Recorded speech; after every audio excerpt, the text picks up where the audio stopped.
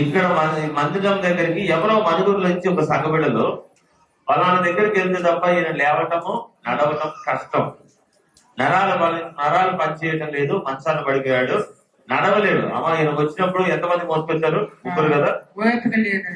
ఓపిక లేదు.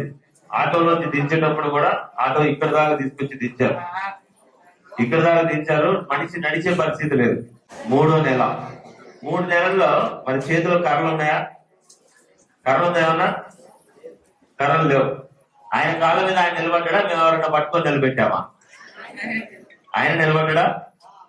ఒక్కరోజు ఈ సమయంలో 3 నెలల క్రితము ఆయన వాళ్ళకి ఒకటే చెప్పా, అమ్మ మీరు మందిరానికి ఇలాంటి పరిస్థితుల్లో కూడా మీరు ఆయన ఖచ్చితంగా నడిపించగలిగితే 1 రోజుల్లోనే నడుస్తాడు.